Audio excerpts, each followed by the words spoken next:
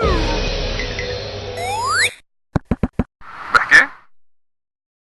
خلص حاحكي.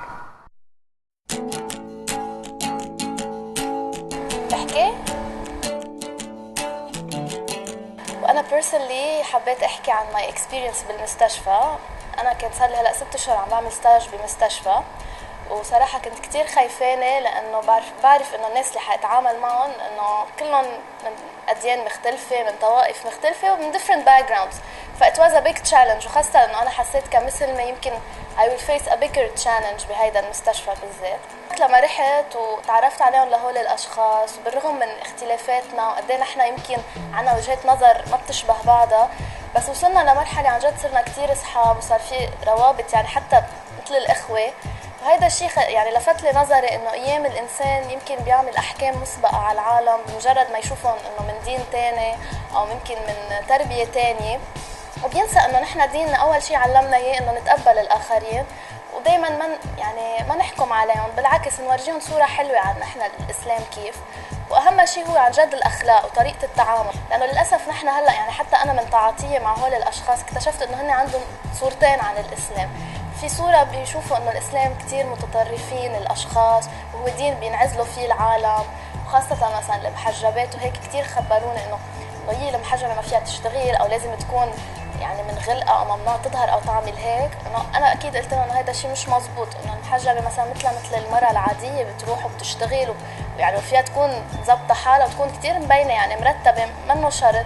وفي الصورة الثانية بيقولوا لك انه في مسلمين يعني للاسف عاطين صورة كتير يعني إذا بدنا نقول مخجلة عن يعني بيسموا حالهم إسلام، بس بيعملوا قصص يعني صراحة ما بيتقبلها نحن الدين.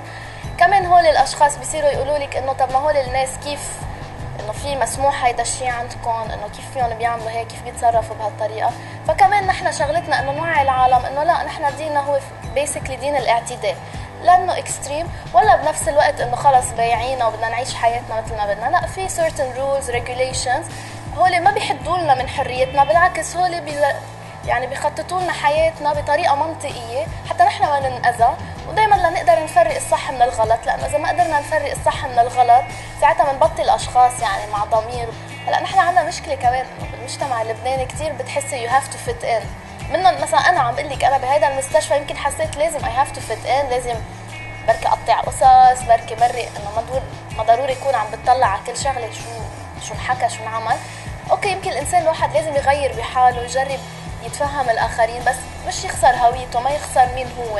يعني انا ما كنت استحق لهم مثلا انه انا هلا بدي رايحه على البيت مثلا رايحه اصلي فور اكزامبل، او مثلا لما يكون في شيء ايفنت او شيء يكون في الكول، انا ما بشرب الكول، انه عرفت ايام خلص you have to be firm انه انت هيك مثل ما هن قرروا يكونوا هيك تصرفاتهم وهيك نوع حياتهم، انا هيك نوع حياتي. بس هيدا الشيء ما منع انه مثلا هلا انا كتير صحبه معهم هول الاشخاص وبنروح وبنجي وهن بيحترموني انا بحترمهم، بس اكيد الانسان ما يتخلى عن مين هو كرمال اشخاص تانيين، وما يفكر انه الدين هو شيء انا بدي استحي منه. بالعكس هذا الشيء بيرفع لك راسك وبيخليك تكوني عندك احترام اكثر عند هول الاشخاص. وانا عم بحكي عن personal experience من ناس يعني يمكن ما بتتخيلي كيف their lifestyle 100% مختلف عني، وبيعملوا كل شيء يمكن انا ما بقدر اعمله، بس لما يحكوني او يتصرفوا معي او ينظروا لي بطريقه انه عن جد بيقولوا لك واو انه بعد في يمكن بنت انه تتصرف بهيدي الطريقه.